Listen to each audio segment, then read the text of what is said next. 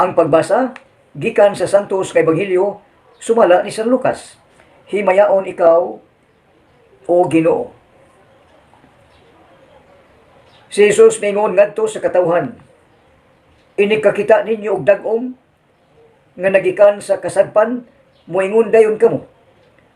Muulan dili madugay. Ug muulan dayon. Og sa pagkamatngon ninyo sa bagat nga naghuros, moingon kamo. Muinit karon og muinit kayon. Mga tigpakaaron ingnon. Makamao lamang kamo mosabot sa kalugan sa dagway sa langit ug sa yuta. Apan nganong dili man kamo makasabot sa kahulugan nining panahona. O nganong dili man kamo maghukom kung unsa ang angay buhaton. Kung may mukiha kaninyo, paningkamot sa pagpakig-uli kaniya. Samtang anaa pa kamo sa dalan.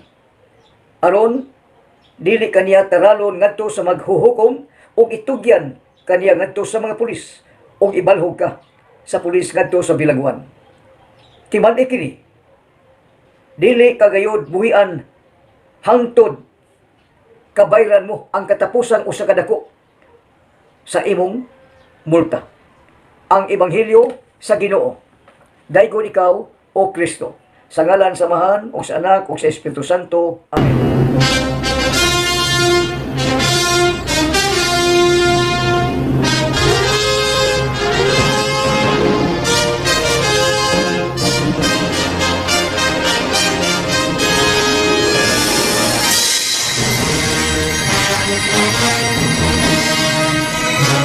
Bago pa lang yun dato nabati ang Ebanghelyo karong adlaw, Oktubre 21, adlawng Biyernes, 2022, Oktubre 21, 2022.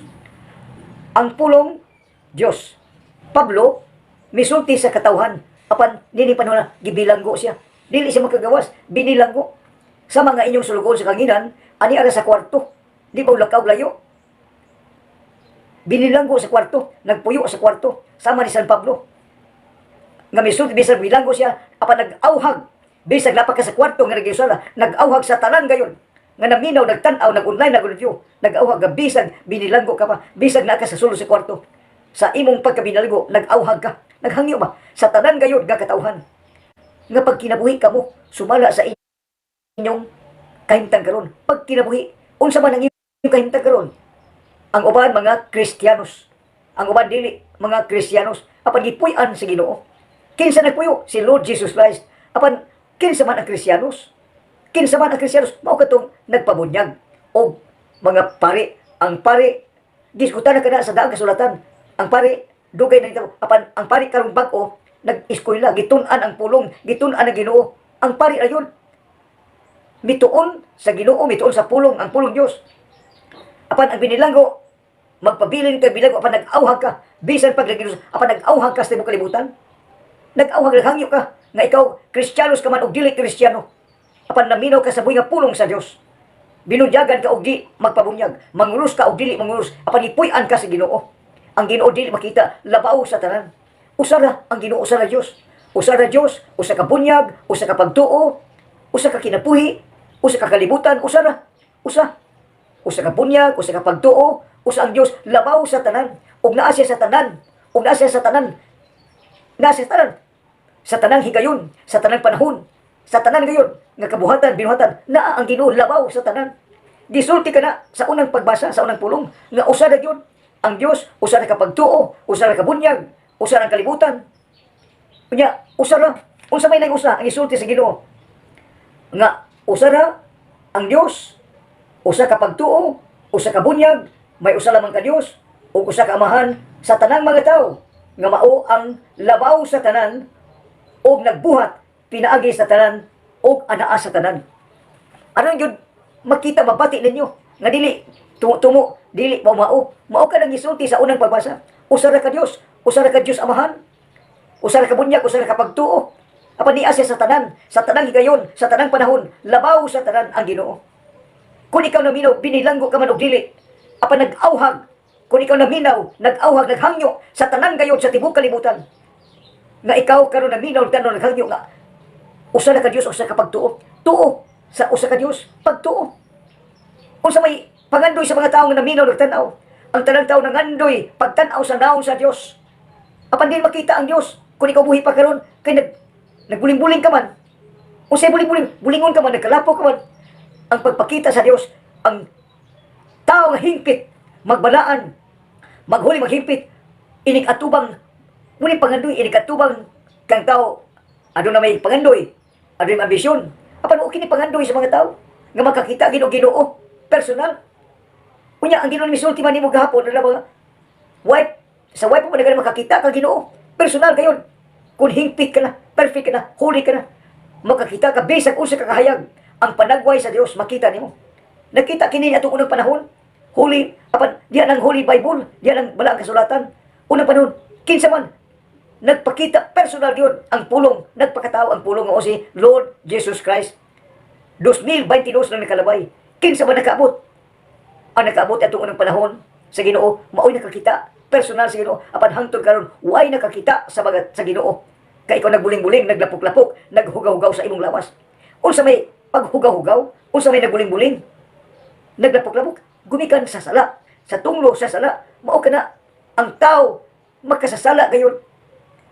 Ang Ginoo nga pulong, way buling, hingpit, nagpakataw, alon ang masala, iyang isulob, unya, inigsulob niya, bisag way sala, isulob ang tanan, ang tunglo, unya kay di magdimuto ang mga tao, bisag isulob, ang tanan, niangko na yun, nga, ang Ginoo way sala, nagpakamatay ang Ginoo. Ang Ginoo nagpakamatay, gumikan sa gugma, sa kaluoy, sa tao, sa matag tao, batag tigulang, tambok ug niwang, nagpakamatay aron mabuhi. Kisa mo, mabanhaw ba? Mabanhaw ang pagtuo sa mga tao nga giluwas. Ang tanan gayon giluwas. Giluwas, gumiko niya, buntok ang tagip. Gibuntog ang sala. Yep, miadto pa yun sa impierno. Bibuntog ang kamatayon, ang tagyas kamatayon, gibuntog, o nabanhaw, nabuhi. Muna ang tao nga giluwas. Gumikan kay ang Ginoo, gumikan sa gugmang kaluy, nagpakamatay ang Ginoo, ang anak sa Dios, aron maluwas ka, gikan sa imong pagkamakasasala, paghugaw-hugaw, pagbuling-buling sa imong kaugalingon, di ka maghingpit. Unya, ang nakabati, na usab man nagpag o nagbanhaw, kuman sa kamatayon, nabanhaw ang tanan, nabuhi ang tanan, giluwas ang tanan, gumikan sa kamatayon sa Ginoo. Unya, unsa may hitabo karon? Nibalik man pagpakasala ang mga tao. Apan nagpadayon ang nakakita, nagpadayon ang nakabati. Padayon ngayon. Padayon, way lingi-lingi. Padayon, pagsulti sa tinuod, pagdawat sa tinuod, paghingpit sa tinuod, pagbalaan sa tinuod. Kaya ikaw nakabati man, kung nakadungog ka, ayaw patig-aha ang imong kasing-kasing. Humuka ka na. Aron ka, makadawat. Kung imong humukon ang imong kasing-kasing, makadawat ka. Sama sa Ebanghelyo karong adlaw. O sa tao nga nangandoy, ang tao itubag, ang tao nangandoy pagtan-aw, Ginoo, mao kini ang katawhan nga nangandoy sa pagtan-aw sa imong naong. Kinsa man ang katawhan, ikaw naminaw, nagtan-aw, nag-review, ikaw tao, naminaw, nangandoy, nga motan-aw sa naong sa Ginoo. Kanus aman, buhi ka pa o human sa kamatayon. Depende, kay ang Ginoo misulti kanimo karon, nagpahinumdum nga ikaw, mupilit na gyud, mo decide na ba? Mukom, mo dihimo desisyon. Karong adlaw mo himo ka desisyon, mupili ka, ari ka mas maayo o dili maayo, bati. Ari ka ba sa true, tinuod, o baka? Ari ka ba sa good, maayo, o bati? Ari ka ba sa nindot, matahom, o usawan? Baho, dunot, baho. Di ba tahom? Baho, dunot, bati. Kinsa man na? Ang Ginoo naghimo matahom, tinuod, og maayo, alang sa tao. Anang kanimo nagtan-aw na minaw, alang sa tao. Apan nganong, ang uban, gihugaw-hugawan man ang lawas sa tao. Nga pagkanindot, ay ang pagtagad sa labaw nga makagaw sa tao, pagkanindot, tinuod nga tao, maayo nga tao, unya matahom, balaan nga tao, apan unsay gihimo sa tao, ang tao may pagtagad sa Ginoo, ang tao gihimuan niyag lawas, gihimuan niyag kalag, o nahimong kinabuhi, lawas o kalag, dili kay lawas, kay di makabalog ang lawas o sara, gibutangan yung kaparis, ang lawas maong kalag, nya usara, lawas o kalag usara, nya mipuyo pa yun ang Ginoo nga di makita, usara ka Dios, Diyos Amahan, Diyos Anak, Diyos Espiritu Santo. May puyo pag yun. Usa. Unya, ang imong kinabuhi, usa. Usa na ba? Nga ang buti pasabot ni usa nga. Ang Ginoo nga nagtan-aw na minaw, mahimo kang usa. Ikaw may usa ba? Mahiusa. Panaghiusa. Nga ikaw ayaw pagbuling-buling, kung buot ka nga may usa sa Diyos. Labaw sa tanan, kay usa naman ang bunyag. Unsa man ni bunyag, gisgutan bunyag. Ang bunyag kanang baptism ba? Pinaagi sa pari, do lagi mo minister. Do kani nagtabo. Apan gibunyagan kani atong panahon, pinaagi sa sulti. Apan karon gibuhat yun, mituo gibuhat ang mga pari. Bata ka man gibunyagan ka o ang bata gibunyagan nakaambit sa Ginoo. Unsay naambitan sa Ginoo?